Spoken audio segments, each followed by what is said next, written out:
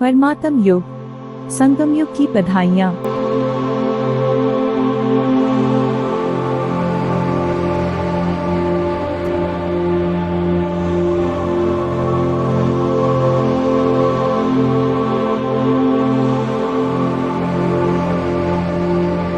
हमको ऐसा बनाने वाले परमपिता परमात्मा शिव पिता का दिल की गहराइयों से शुक्रिया। वाह हमारे बाबा वाह।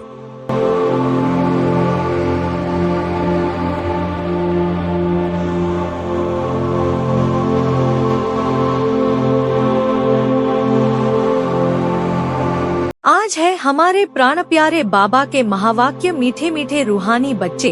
अब दूर देश के रहने वाले फिर दूर देश के पैसेंजर्स हो। हम आत्माएं हैं और अभी बहुत दूर देश जाने का पुरुषार्थ कर रहे हैं। यह सिर्फ तुम बच्चे ही जानते हो कि हम आत्माएं दूर देश की रहने वाली हैं और दूर देश में रहने वाले बाप को भी बुलाते हैं कि आकर के हमको भी वहाँ दूर देश में ले जाओ। बच्चों को बाप ने समझाया है अब घर वापस जाना है जहाँ से पाठ बजाने यहाँ आए हैं। यह तो पक्का पक्का याद कर लो क्योंकि यह तो गायन है अंतमति सोगति। अभी यहाँ तुम पढ़ रहे हो, जानते हो भगवान शिव बाबा हमको पढ़ाते हैं। भगवान तो सिवाय इस पुरुषोत्तम संगमयुग के कभी पढ़ाएंगे नहीं। सारे 5000 वर्ष में निराकार भगवान बाप एक ही बार आकर पढ़ाते हैं। यह तो तुमको पक्का निश्चय है। हम जब तक पवित्र नहीं बने हैं तो घर जा नहीं सकेंगे। बाप को याद करते रहेंगे तभी उस योग बल से पापों का बोझा उतरेगा। पवित्र तो जरूर बनना है। बाप तो आते ही तुमको हंस बनाते हैं। शिव बाबा को तो पाव है नहीं, वह तो तुमको पद्मा पद्म भाग्यशाली बनाते हैं।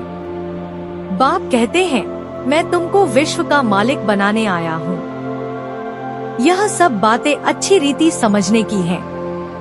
यहाँ से वापस जाने का रास्ता बतलाने वाला, सर्व का सद्गति करने वाला अकाल मूर्त एक ही बाप है। वास्तव में सतगुरु अक्षर ही राइट है। भगवान तो बाप है। बाप का काम है सब कुछ आपे ही सुनाना, आपे ही सब कुछ करना। बच्चों को स्कूल में बाप आपे ही बिठाते हैं, नौकरी पर लगाते हैं, फिर उनको कहते हैं भगवान का भजन करना, वेद शास्त्र आदि पढ़ना, पूजा करना। पवित्र कैसे बनो उसके लिए कितना सहज समझाया जाता है। गीता में लिखा हुआ है मनमनाभव, यह अक्षर तो मशहूर है। गीता पढ़ने वाले समझ सकते हैं, बहुत सहज लिखा हुआ है। अब वही गीता का भगवान बैठ सिखलाते हैं तो पतित से पावन बन जाते हैं। अभी हम भगवान से गीता सुनते हैं, फिर औरों को सुनाते हैं, पावन बनते हैं। बाप के महावाक्य है ना, यह है वही सहज राजयोग। अब बाप कहते हैं बच्चे मुझे याद करते हो। ऐसे कभी सुना कि बाप बच्चे को कहे कि तुम मुझे याद करो। अभी तुम जानते हो यह मुक्तिधाम आत्माओं का घर है। जैसे यहाँ घर होते हैं भक्ति मार्ग में तो कितने ऊंचे मंदिर बनाते हैं। शिव का मंदिर देखो कैसे बनाया हुआ है। लक्ष्मी नारायण का भी मंदिर बनाते हैं। मूल वतन का राज बाप बिगर कौन समझाएंगे। गृहस्थ व्यवहार में भी कमल फूल समान पवित्र रहो। खूबी वाली चीज आत्मा है तो अब बाप को याद करना है। जो बहुत याद करते हैं और आप समान बनाते रहते हैं, कांटों को फूल बनाते रहते हैं, वह ऊंच पद पाते हैं। तुम समझते हो पहले हम भी कांटे थे, अब बाप ने ऑर्डिनेंस निकाला है, काम महाशत्रु है, इन पर जीत पाने से तुम जगत जीत बन जाएंगे। अभी बाप ने समझाया है।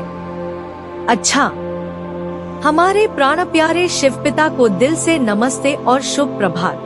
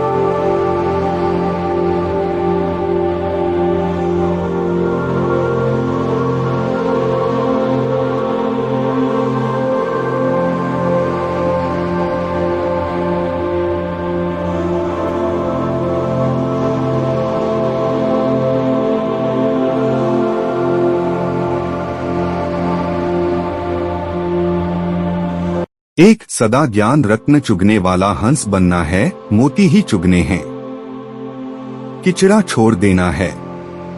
हर कदम में पद्मों की कमाई जमाकर पद्म भाग्यशाली बनना है।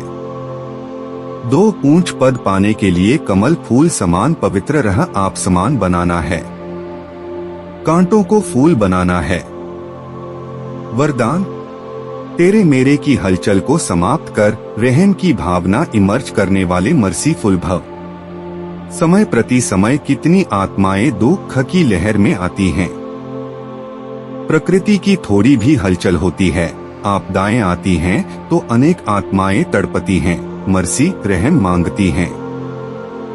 तो ऐसी आत्माओं की पुकार सुन रहम की भावना इमर्ज करो। पूज्य स्वरूप मर्सीफुल का धारण करो, स्वयं को संपन्न बना लो तो यह दुख की दुनिया संपन्न हो जाए। अभी परिवर्तन के शुभ भावना की लहर तीव्रगति से फैलाओ तो तेरे मेरे की हलचल समाप्त हो जाएगी।